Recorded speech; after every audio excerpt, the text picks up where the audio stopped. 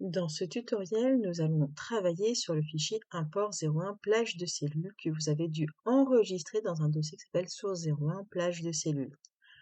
Nous allons donc ouvrir ce fichier et regarder de quoi il est constitué. Nous avons donc ici un tableau qui est présenté sous forme de tableau manuel qui récapitule les produits et le nombre de commandes par mois.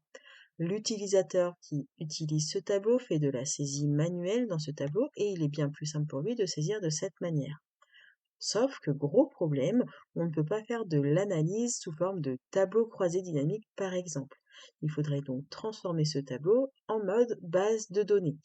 Nous allons donc pour cela sélectionner la plage de cellules, soit en faisant CTRL étoile ou CTRL A, faire un clic droit sur la plage de cellules. Vous avez ici obtenir des données à partir d'un tableau ou d'une plage. Vous pouvez également accéder à cette fonctionnalité en allant dans l'onglet données et en cliquant ici sur cette icône. Power Query va se lancer, mais d'abord, Excel va au préalable ici mettre ce tableau sous forme de tableau structuré.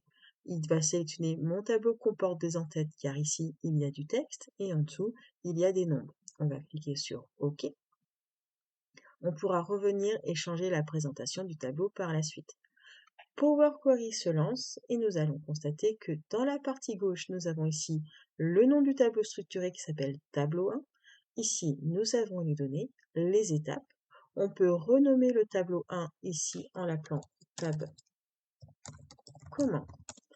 Maintenant, nous souhaitons faire des transformations. Par exemple, ici, dans ce tableau produit, on ne veut pas la ligne des totaux. On va aller faire un filtre. On va faire la petite flèche et on va décocher total. On clique sur OK. Une nouvelle étape va s'afficher, une ligne filtrée. On ne souhaite pas avoir la dernière colonne qui s'appelle total. On va sélectionner, faire un clic droit sur la colonne et on va faire supprimer. Et enfin, en fait, on voudrait pivoter les données, c'est-à-dire avoir une colonne pour les produits, une colonne pour le mois et une colonne pour les commandes. Pour cela, on va sélectionner produit, clic droit, et on va faire dépivoter les autres colonnes. Ainsi, on va avoir une colonne produit, une colonne attribut qui va contenir le nom du mois et une colonne valeur. On constate par la suite qu'au niveau des lignes, il n'a pas repris en fait les colonnes où les mois, les valeurs n'étaient pas renseignées. On va pouvoir ensuite ici changer le nom des colonnes. On va pouvoir mettre mois. Là, on va pouvoir ici mettre quantité.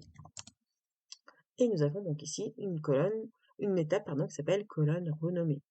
Maintenant, on va faire l'onglet Accueil, fermer et charger.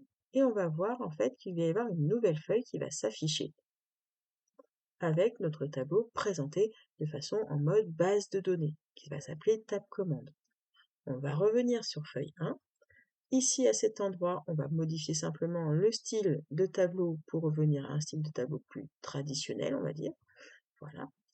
On va compléter des valeurs, par exemple, pour le mois de septembre. Je vais mettre 5, 10, 15, 20 et 25. Voilà, donc là, ici, les totaux s'affichent.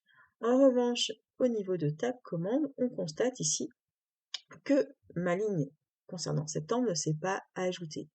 Il suffit pour cela d'aller dans l'onglet Données et de cliquer ici sur Actualiser tout. Nous avons bien ici les lignes qui apparaissent. Et à partir de là, on va pouvoir créer des tableaux croisés dynamiques, des indicateurs et ainsi de suite. Voilà comment on peut travailler avec Power Query à partir d'un tableau qui a été fait manuellement et l'importer pour l'avoir de façon plus structurée pour avoir des tableaux croisés dynamiques par la suite.